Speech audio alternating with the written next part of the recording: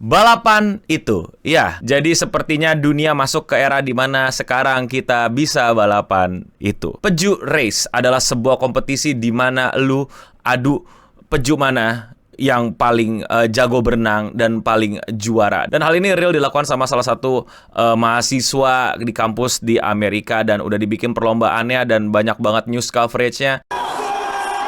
Downtown LA's night scene exploding Friday with an event billed as the world's first sperm race. 4 contestants came with the goal to win $10,000 in bragging rights for the strongest, fastest semen. Dan ini sebenarnya apa, no? Apakah ini beneran apa ini bohongan? Ini tujuannya apa? Ini gimmick marketing film apa? Beneran ada gimmicknya, cuman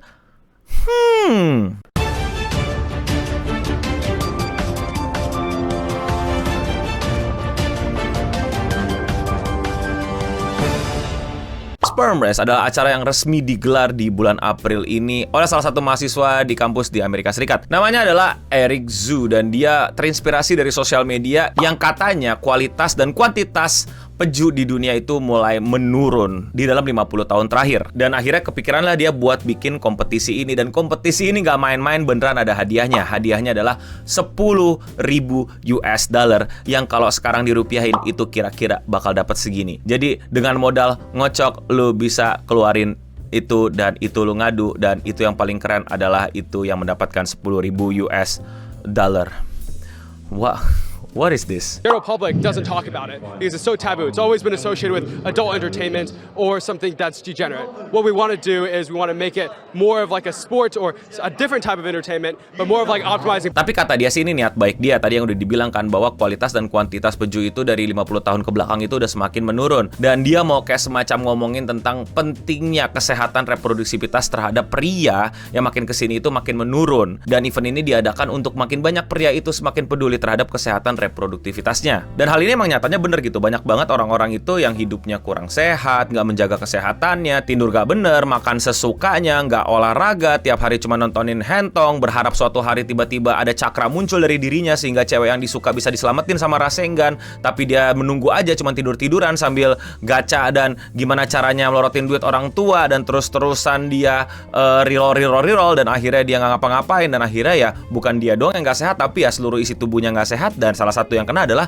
reproduktivitas dari diri dia yang juga berkurang secara kualitas dan bahkan kuantitas. Dan hal kayak gini kan nggak terjadi di diri kalian doang. Ups. Tapi ke banyak orang yang kayak kalian gitu, yang mungkin ngabisin waktu cuma di Facebook dan lain-lain. Dan ya mungkin ini jadi semacam ajang yang baik lah untuk mereka itu bisa memikirkan kesehatannya gitu. Dan siapa tahu kalau mereka bisa sehat, mereka bisa ngaduin itu jadi kompetisi dan menangis 10.000 dolar gitu kali ya maksudnya. Dan acara ini tuh gede banget sampai banyak yang nonton. Bahkan ini acara itu pakai tiket loh buat masuknya. Tiketnya tuh nggak sembarangan 25.000, 30.000. Tiketnya itu 20 dolar, atau kalau dirupiahin itu segini. Tapi itu 20 dolar tuh buat lo yang punya kartu mahasiswa. Kalau lo orang biasa, lu dikenain 40 dolar. Dan kalau dirupiahin itu segini. Dan ada VIP tickets yang harganya itu 9.999,9 US dollar yang kalau dirupiahin itu segini. Nah, lu pada mau nonton nggak dan bayar tiketnya nggak?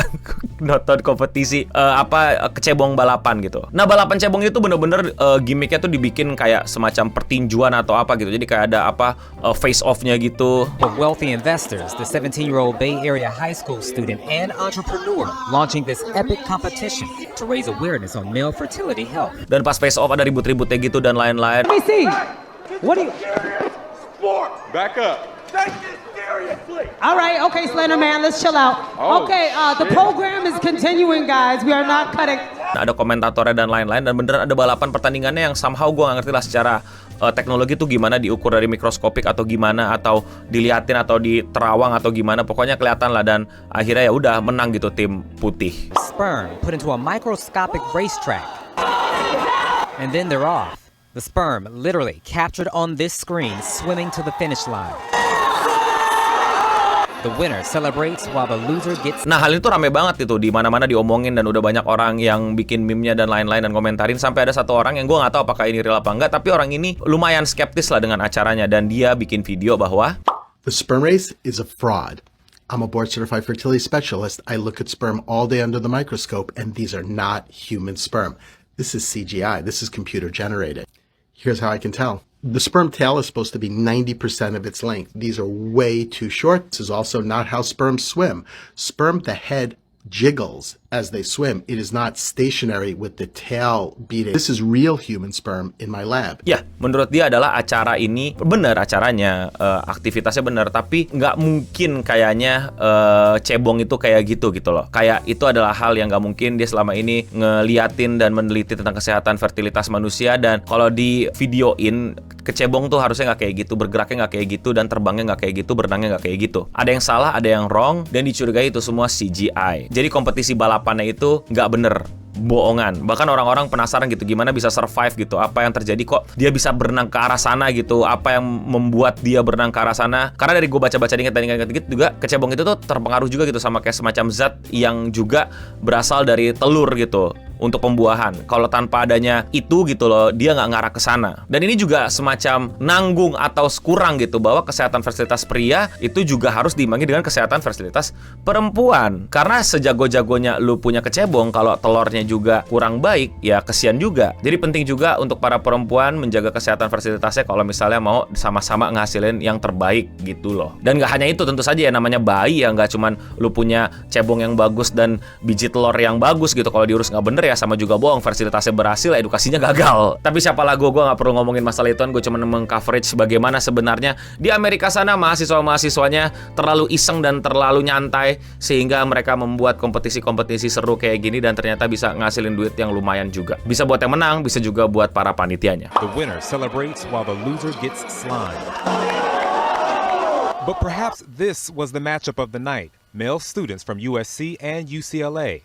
In the end, the Trojan won. The Bruin got creamed. Nah, kalau menurut kalian apakah kompetisi ini bagus atau malah gimmick doang? Dan gue sih somehow ngeliat ini kayak gimmick doang gitu. Dan kayak alasan dia ya untuk mencerdaskan itu enggak, dia emang for the meme aja gitu loh. Dia nyari-nyari alasan aja untuk bikin kompetisi ini. Kalau menurut kalian bagaimana? Coba komen di bawah. Dan komen di bawah juga kalau kalian ikutan, apakah kalian akan menang? Will you survive?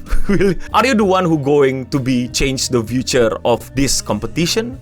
Dan mungkin kalian ada yang dokter, atau mungkin ada yang jago versatilitas, atau kalian punya sedikit tips and trick ini untuk memenangkan pertandingan, juga boleh coba komen di bawah. Jangan tanya gue gimana cara ngeluarinnya, proses ngeluarinnya, dan proses ngumpulinnya kalian baca-baca sendiri dan cari tahu sendiri. Dan kalau kalian suka sama konten-konten coverage hal-hal di luar Indonesia, hal-hal yang ramai di internet, support channel ini dengan sesimpel klik tombol subscribe. Dan ya, sekian seputar internet untuk episode kali ini. Gue Nabring pamit undur diri, dan untuk kita semua ya sehat, jadilah sehat gitu loh.